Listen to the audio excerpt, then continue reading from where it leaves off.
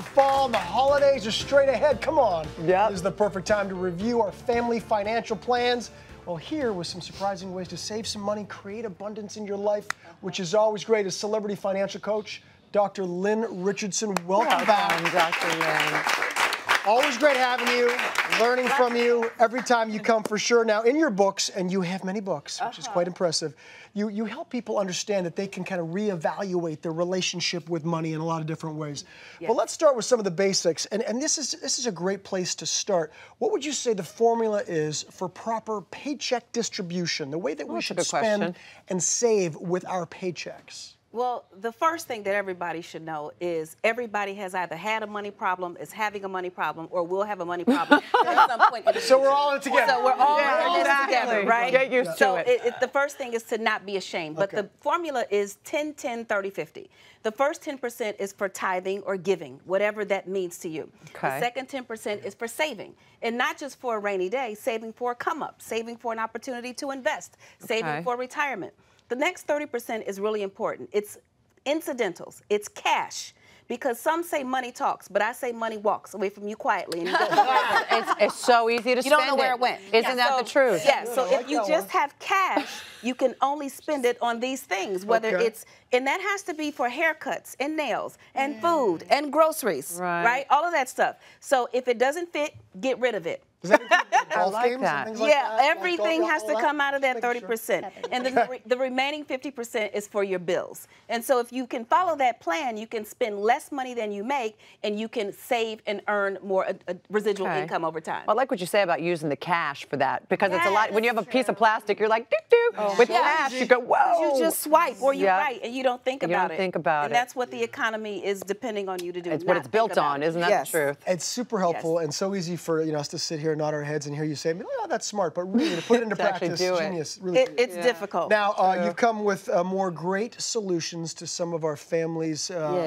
interesting questions, and these are some surprising solutions as well. So where should we start? I think we should start with you, Maria. Sure, because I'm sitting the closest. So you're sitting closest. That gave it away. That gave it away. So my husband and I, we have made very good investments. We're very good with money.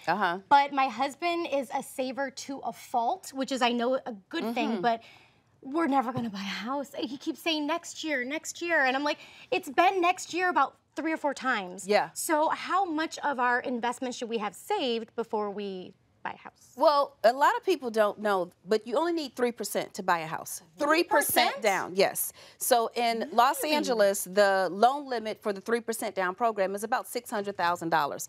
So you need, not a lot of money. That's not a lot of money at all. It depends on your county. But if you're looking for a home more expensive than that, then you need 10%. 10% to 20% down. Oh, okay. For a more expensive home. Absolutely, yeah. But if you're staying under $600,000, then 3%, that's $18,000. That's not a lot of money. I think he's being extra cautious, and I'm okay with that because I feel him. Oh my God. I mean, I feel the girl. I'll be stuck in the same place for the next 20 years. I am so scared. We should be bringing Debbie into this question right here, but you've got another great question for parents in particular. This is also, it's kind of tied into that, Maria. We'll talk after the show. But my question is to you, what is the best financial strategy to plan for Alexandra's education for when she gets to college? Because I know Kim has planned, Kim and Jerry planned. Hunter is at USC, which is not a cheap school. He's in his 3rd year. I look at Kim, she's already getting stressed out when I'm talking about. I've had this dress for 45 years. Same. Because it's expensive, Lynn. It's really expensive. I have 3 kids. Well, there are 529 plans out there. If you're in state, right? Well, you can do it in state, and you can prepay the tuition in your state. But you can also do the 529 plan that allows you to save up to $14,000 a year. It grows tax-free. But when you draw the money out, then of course you have to pay taxes on it. Now, the challenge there is you're limited. I also believe that people should just invest in an aggressive mutual fund, especially if your kids are young.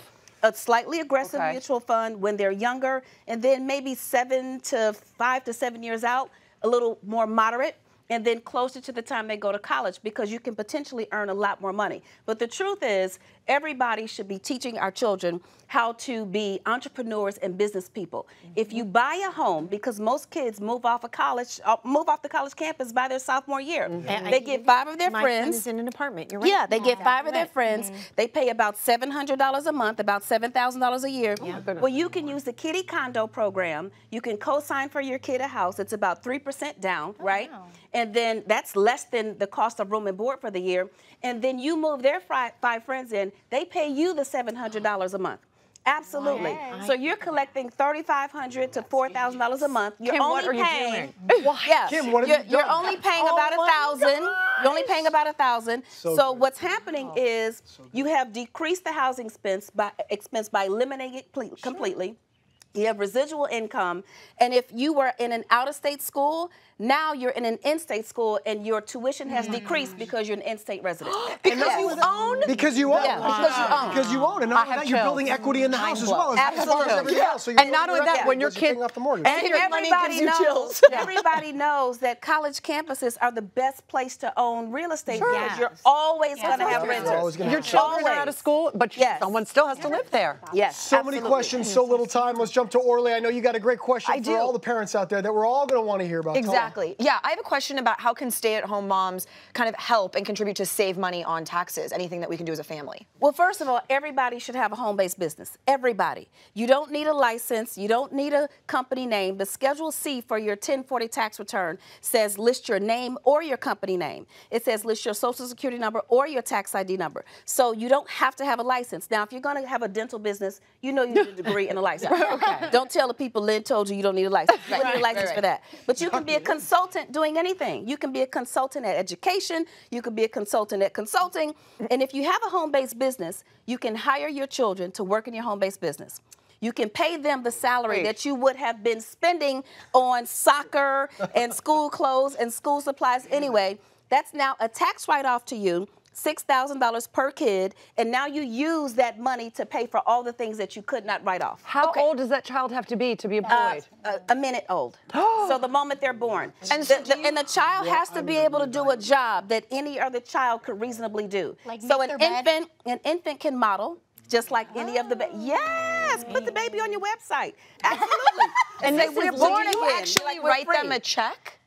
And What like, I do is deposit direct it into deposit. an account for them? Exactly. So there So has to actually be a transaction It happening. has to be a transaction. I have 3 daughters. I learned this when my oldest was 10, but back then it was $5,000 per kid. Think about it. 5 times 3 is $15,000 in tax write-offs that I didn't know for 10 years, so I lost $150,000. Oh, my So God. now that you know, please. And this is legal 100%. It is IRS Publication 15, IRS Publication 35. Go there, look for yourself. Family, kids in your home-based business. I got to wrap this up because I got to get on the phone and call Yeah, my I wife gotta like go. ASAP. Oh, yeah. Everybody.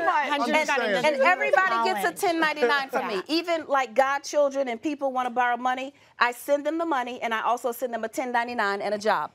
Everybody. Dr. Tax write-off. Lynn, Everybody. you are brilliant. Yeah. Thank you so much with all this, and there's so much more. We know goodness. you're going to have you back for sure, without a doubt. Thank you. That was so helpful. We will send you a 1099 though. It's a tax write-off. Coming. That 1099 is coming, Dr. Lynn. You can find more information about Dr. Richardson's books and her online training courses, of course, on her website.